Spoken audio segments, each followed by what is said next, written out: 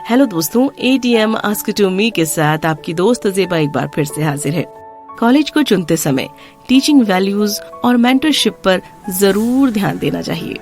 अगर कोई कॉलेज के बेसिक फंडामेंटल के बारे में बात करे तो college is all about teaching and learning. College पढ़ाई और सीखने की जगह ही है। जहाँ बच्चा मैच्योर होता है उसे लाइफ की अलग अलग अप्रोच के बारे में पता चलता है। ये कहना गलत नहीं होगा कि एक अच्छा कॉलेज किसी की भी लाइफ को 360 डिग्री बेहतर बना सकता है। इसीलिए इंसान को पढ़ाई वाली जगह की हमेशा रिस्पेक्ट करनी चाहिए। लेकिन हाल ही के सालों में एक दिक्कत देखने को मिली है। पिछले 10 सालों में कॉलेज किसी 5 स्टार होटल की तरह बनते जा रहे हैं, जहां पढ़ाई कम और कंक्रीट की बिल्डिंग ज्यादा बनाई जा रही है।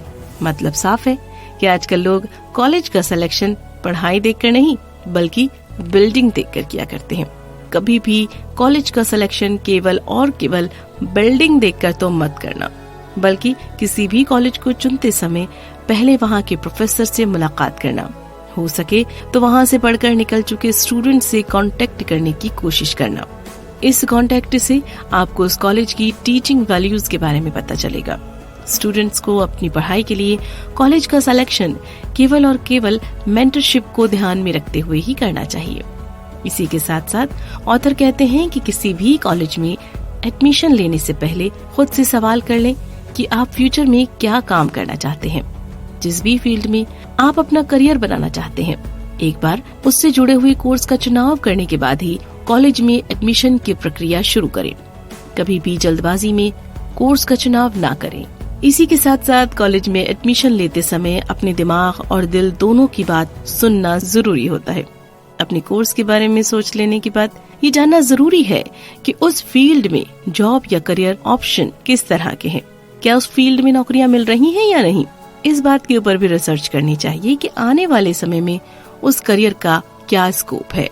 इसी के साथ इस बात का भी ख्याल रखें कि एक गलत चुनाव स्टूडेंट के समय, धन और स्कूली पढ़ाई में इन्वेस्ट की गई वर्षों की कड़ी मेहनत को बर्बाद कर सकता है। इसीलिए कॉलेज और कोर्स का सिलेक्शन बड़ी समझदारी से करना चाहिए। ये सिलेक्शन किसी स्टूडेंट के फ्यूचर को तय करने वाला होता है। कोर्स और करियर के सिलेक्शन के बाद ये देखना मत भूलिएगा कि उस कॉलेज में स्टूडेंट और टीचर के बीच की रिलेशनशिप कैसी है, क्योंकि अच्छी रिलेशनशिप ही मेंटरशिप की पिलर साबित होती है। बिना मजबूत पिलर के एक बड़ी इमारत नहीं खड़ी की जा सकती। डिग्री हासिल करना किसी इन्वेस्टमेंट से कम नहीं है। हमें इस बात का अंदाजा हो चुका है कि कॉलेज जाने का फैसला कोई बच्चों का खेल नहीं है। ये लाइफ का बड़ा डिसीजन है। इस फैसले में बहुत बड़ा योगदान पैसों का भी आता है। ये कहना गलत नहीं होगा कि अगर किसी के पास पैसे नहीं है तो उसके लिए बड़े कॉलेजों से डिग्री ले पाना भी काफी मुश्किल है। इसीलिए इंसान को इस इन्वेस्टमेंट को बड़ी समझदारी से करना चाहिए। बाकी इन्वेस्टमेंट की तरह इससे पहले भी आपको खुद से कुछ सवाल करने चाहिए, जैसे कि इस कॉलेज का सिलेक्शन आप क्यों कर रहे हैं। क्या आपका इस फील्ड में वाकई इंटरेस्ट है? क्या आप अपना पैशन फॉलो कर रहे हैं? कहीं आप सोसाइटी को दिखाने के लिए तो कॉलेज का सिलेक्शन नहीं कर रहे हैं? क्या इस कॉलेज को अटेंड करने के बाद आपकी कमाई बढ़ेगी? इन सवालों से आपका माइंड काफी हद तक क्लियर हो जाएगा। याद रखिए कि कभी भी किसी पढ़ाई को केवल इसीलिए मत करिएगा कि महंगे कॉलेज में पढ़ने से लोगों के सामने इमेज अच्छी बनती है। आपको पता होना चाहिए कि किसी भी कोर्स को करने के लिए मेहनत से कमाई गई पूंजी भी लगती है। इसीलिए खुद के पैसों को सही जगह इन्वेस्ट करना सीखिए। आप एक स्टूडेंट के तौर पर भी इन्वेस्टर हैं, इसीलिए अपने अंदर इन्वेस्टिंग माइंडसेट को डेवलप करने की कोशिश करिए।